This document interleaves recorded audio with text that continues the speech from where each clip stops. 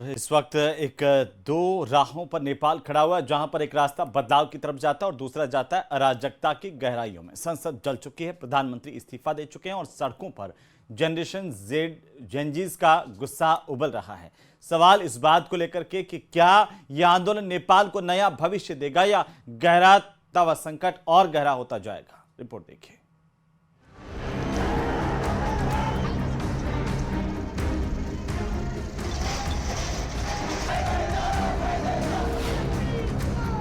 नेपाल की सड़कों पर सिर्फ भीड़ नहीं है, ये गुस्से की लहर है।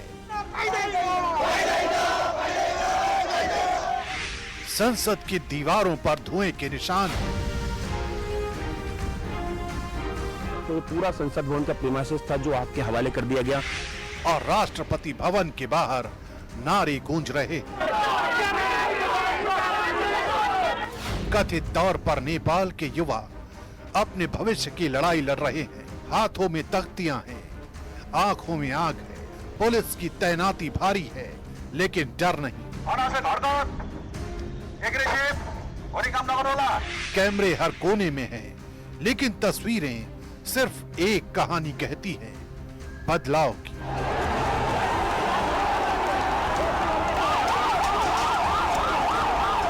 ये आंदोलन सिर्फ सत्ता के खिलाफ नहीं, व्यवस्था के खिलाफ है। सवाल यही है, क्या ये आग नेपाल को जलाएगी या नया रास्ता दिखाएगी? We are against this moment and to bring a new Nepal for our good and youth people. क्योंकि इस वक्त नेपाल एक ऐसे मोड़ पर खड़ा है जहां हर कदम इतिहास लिख सकता है।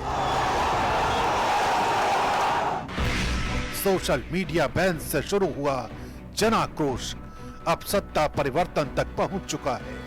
युवा नेता रवि लक्ष्मणे और बालेंद्र शाह उम्मीद की किरण बनकर उभरे हैं। लेकिन सवाल है, क्या ये चेहरे सिर्फ प्रतीक हैं या बदलाव के नए केंद्र? सेना की मौजूदगी स्थिरता का संकेत है, लेकिन लोकतंत्र की असली परीक्षा अब शुरू हुई है। क्योंकि नेपाल के सामने पहला संकट है विश्वास का, क्योंकि जनता को नेताओं पर भरोसा रहा ही नहीं। दूसरा, संवैधानिक शून्यता। प्रधानमंत्री के इस्तीफे के बाद सत्ता का कोई स्पष्ट विकल्प नहीं है। तीसरा, सेना की भूमिका, जो अब सुरक्षा की जिम्मेदारी संभाल रही है, लेकिन क्या ये लोकतंत्र की रक्षा है या नियंत्रण? चौथा, युवा नेतृत्व की मांग, जो पुरानी राजनीति को बदलना चाहता है।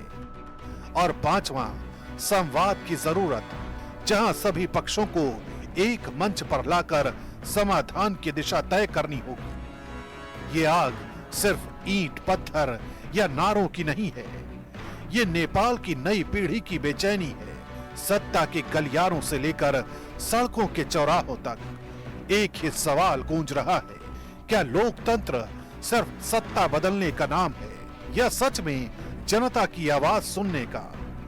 जिस भरोसे की नींव पर संविधान खड़ा हुआ था, वही नींव ढह चुकी है। फैसला वक्त को करना है कि ये आग राख बनेगी या मशाल। नेपाल का भविष्य इसी मोड़ पर लिखा जाएगा।